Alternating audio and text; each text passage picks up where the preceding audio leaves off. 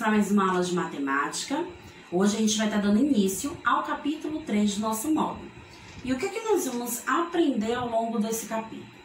Nós vamos estar falando sobre o espaço e as formas ao seu redor.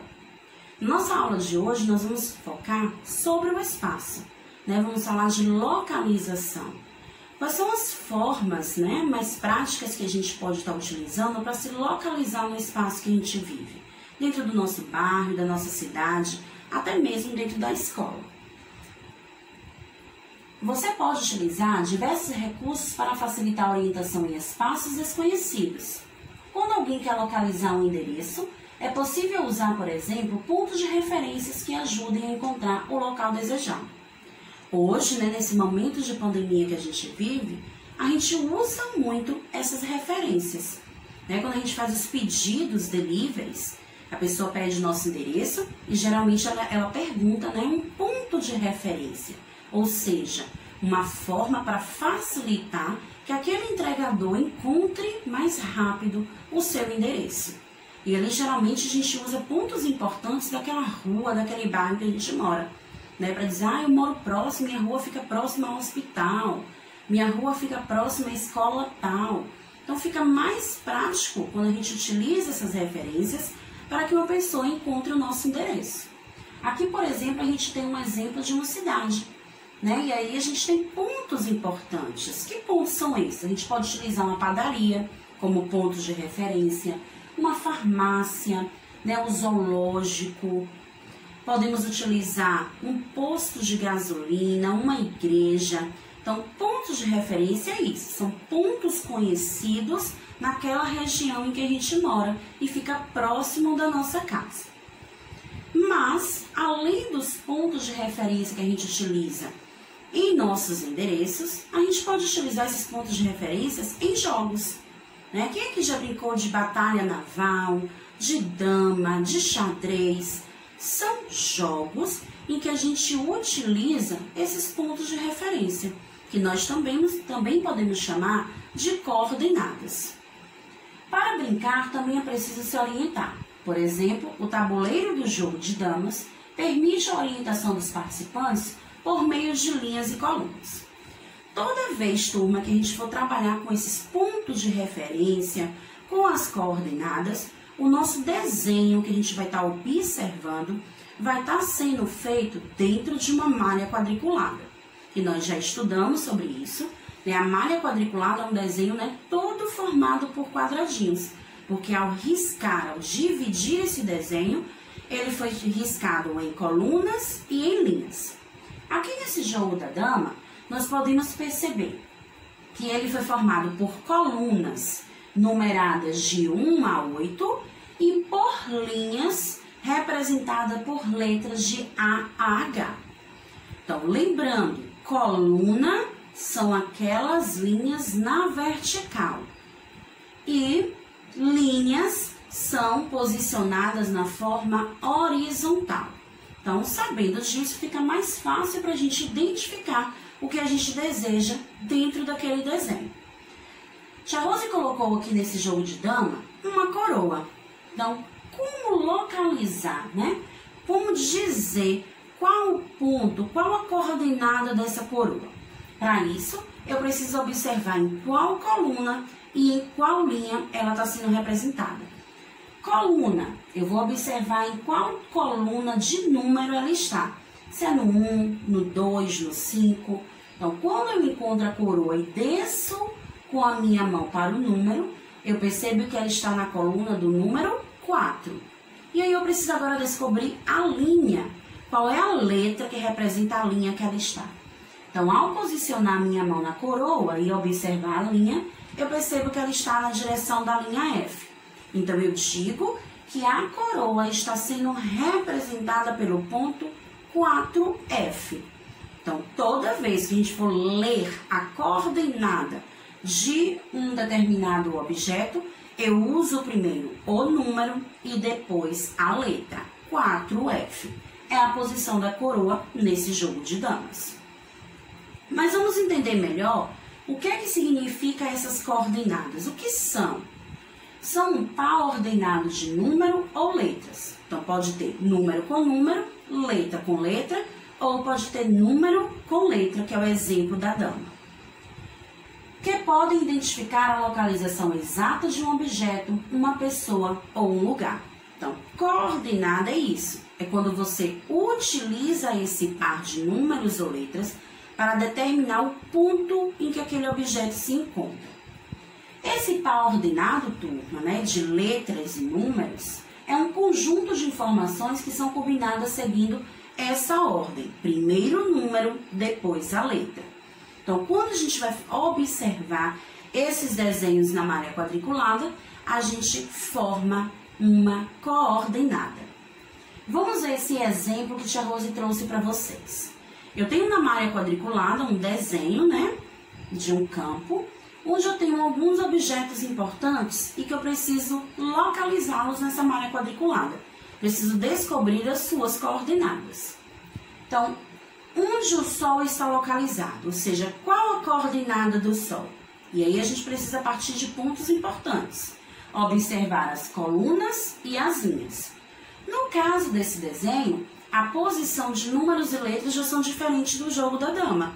Nas colunas eu já tenho as letras de A a D e nas linhas eu tenho os números de 1 a 4. Muda isso, Tia Rose? Não. A gente vai apenas observar a posição do Sol e na hora de escrever sua localização, primeiro a gente observa o número, depois a letra. Então, em qual linha de número o Sol está?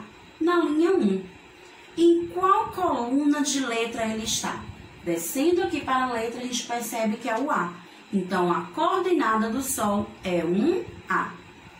Qual objeto está na posição 4B? Então, 4 está aqui.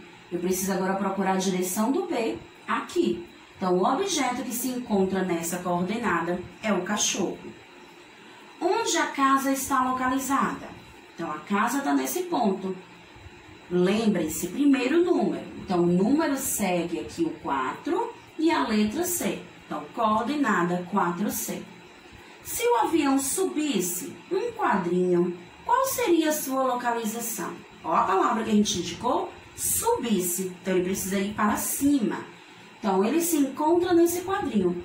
Indo para cima, esse quadrinho vazio, ele vai estar na posição da linha 1 e da coluna B. Então, ele vai partir para a coordenada 1B. Então, isso é localizar o objeto, a pessoa, dentro de uma malha quadriculada, usando as coordenadas. Mas tem outro ponto importante, né? Para que a gente possa se localizar no espaço em que a gente vive, a gente não usa apenas essas coordenadas, esse par de letras e números. Nós temos outras referências para serem usadas. Quando fornecemos, né, ou recebemos instruções para chegar a determinado lugar, é comum as pessoas empregarem as expressões rua paralela e rua transversal, né? Então, você mora onde? Em qual rua fica a sua casa? Minha casa fica na rua tal, que é paralela à rua tal. Então, quando a gente usa essas expressões, a gente também está dando uma referência da nossa localização. Então, mais o que significa, né? Rua paralela e rua transversal. Como a gente compreender essas duas expressões dentro da leitura de mapas? É o que a gente vai ver agora na nossa aula. Rua paralelas, turma, são aquelas ruas, né, que ficam alinhadas uma ao lado da outra. Ou seja, elas não vão se cruzar. O nome já está dizendo alinhadas, ó, elas vão estar ali paralelas, lado a lado. E nós temos 3 exemplos. Nós podemos encontrar essas ruas paralelas na forma horizontal, ela pode estar paralela uma em cima da outra, ou na forma vertical, uma ao lado da outra, ou na forma diagonal, né? Uma ao lado da outra, mas inclinadas. São 3 exemplos de linhas paralelas, ou de ruas paralelas. Vocês podem perceber que nesses 3 modelos, em momento algum, elas vão se cruzar. Elas vão sempre seguir ali uma ao lado da outra. Então, você pode até nesse momento parar para observar onde está a sua casa. A sua rua está naquele ponto. Qual é a rua que fica ao lado da sua rua? Ou do lado direito, ou do lado esquerdo, ou a rua de cima, ou a rua de baixo. E aí você vai perceber quais dessas ruas é paralela à rua em que você mora.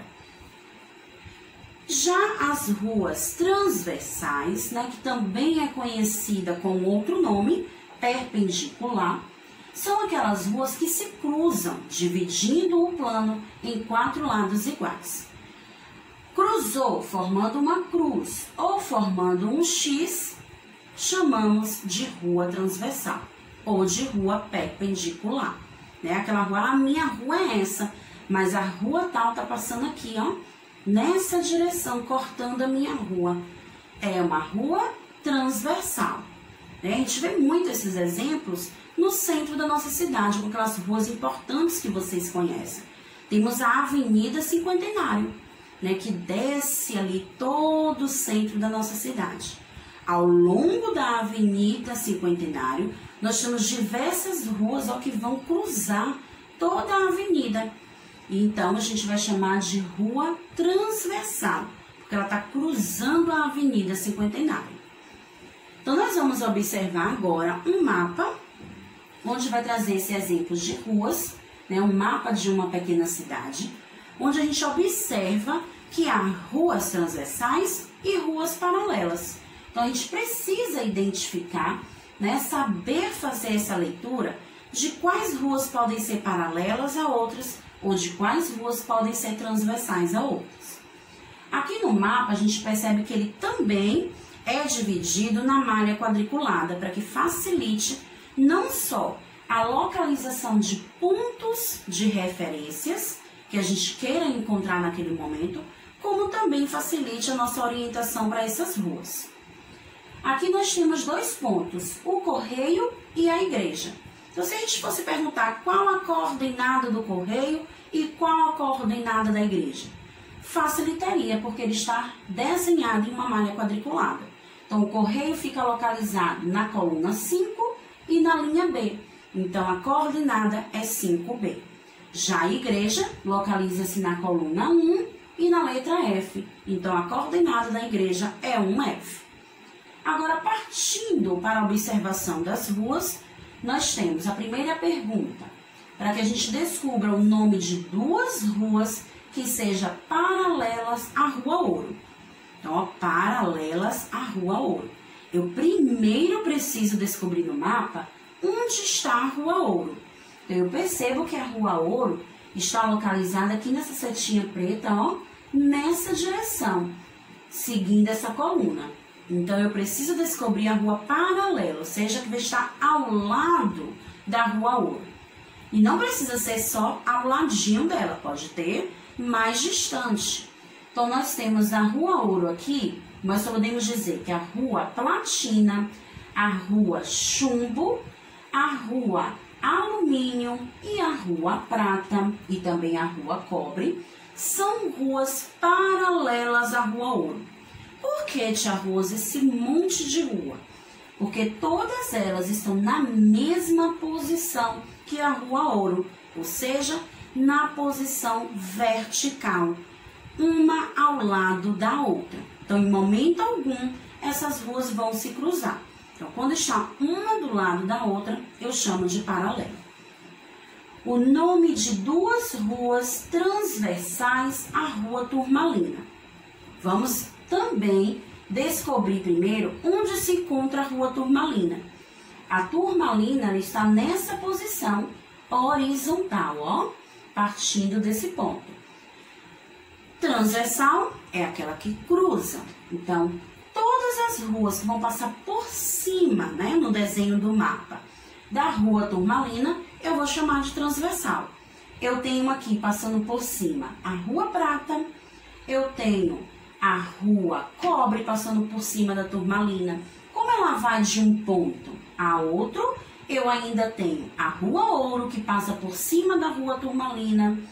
Eu tenho a Rua Platina, a Rua Chumbo. Temos também aqui nessa posição a Rua Alumínio.